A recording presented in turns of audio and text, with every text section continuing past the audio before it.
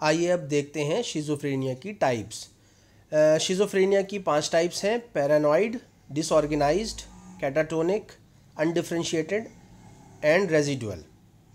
Paranoid type का मतलब ये है कि ये वो शख्स होगा जो शिज़ोफ्रेनिया के सिम्टम्स लेते हुए इस हद तक शक्की हो जाएगा कि वो ये समझेगा कि उसके जो माँ बाप हैं उसके दुश्मन बन चुके हैं, उसके बहन भाई उसके दुश्मन बन चुके हैं, उसकी औलाद उसकी दुश्मन बन चुकी है, उसका दोस्त उसका दुश्मन बन चुका है। यानी ये इस हद तक शक करेगा लोगों के ऊपर कि उनकी नीयत पर शक करेगा कि जैसे कि वो उसे मारने के दर पर हैं और जानी दुश्मन बन गए हैं, या माल उसका खा जाएंगे या उसकी चीज़ें छीन लेंगे। तो इस तरीके की अगर उसके अंदर फीलिंग डेवलप हो जाए तो इसको कहते हैं पैरानॉइड शिज़ोफ्रेनिया। अच्छा, इसके अंदर हेलुसिनेशंस भी होते हैं और डिलूजन्स भी होते हैं। डिलूजन्स ख़ास तौर पे ऐसे कि डिलूजन ऑफ ग्रेंडियोसिटी, यानी कि वो अपने आप को बेस्ट ऑफ द बेस्ट समझ रहा होता है, किंग ऑफ द रिंग समझ रहा होता है, मैं सबसे ज़्यादा ताकतवर हूँ, मैं सबसे ज़्यादा हसीन हूँ, मैं सबसे ज़्यादा पावरफुल हूँ, मैं सबसे ज़्यादा ज़हीन हूँ।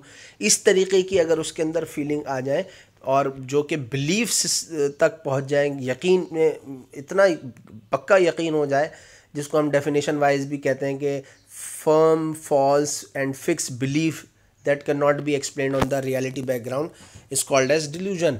तो डिल्यूजन ऑफ इसको ग्रैंडियोसिटी डेवलप हो जाता है, या डिल्यूजन ऑफ परसिक्यूशन, यानी कि वो अब इस हद तक यकीन कर चुका है कि फ़ला शख्स उसे मारना चाहता है और अब वो भी फिर कोई ऐसा प्लान बना लेता है कि किसी एक लम्हे पर वो, यानी जो पेशेंट है, वो अटैक कर देता है सिर्फ शक व शुबहात में, और वो कत्ल कर बैठता है, वो ज़ख्मी कर बैठता है दूसरे शख्स को जिसके बारे में वो शक कर रहा होता है। तो इस तरीके की प्रॉब्लम आती है। अलबत्ता इसके अंदर कॉग्निटिव स्किल्स जो हैं वो अलबत्ता रहते हैं, यानी कॉग्निटिव स्किल से मुराद ये कि प्रॉब्लम सॉल्विंग है, मेमोरी का इंटैक्ट रहना, ये छोटी छोटी चीज़ें अभी तक बरकरार रहती हैं। और डिसऑर्गेनाइज बिहेवियर नहीं होता। कि डिसऑर्गेनाइज बिहेवियर का मतलब ये है कि जैसे कि एक छोटी सी मिसाल है, ये डिसऑर्गेनाइज टाइप में इसका जिक्र करूँगा मैं कि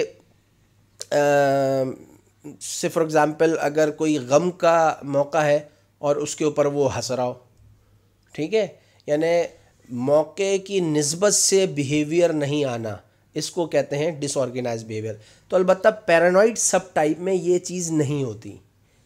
दूसरी टाइप्स में, जिसे अभी हम आगे जिक्र करेंगे, डिसऑर्गेनाइज सब टाइप ऑफ शिज़ोफ्रेनिया, उधर ये बिहेवियर ज़रूर दिखेगा।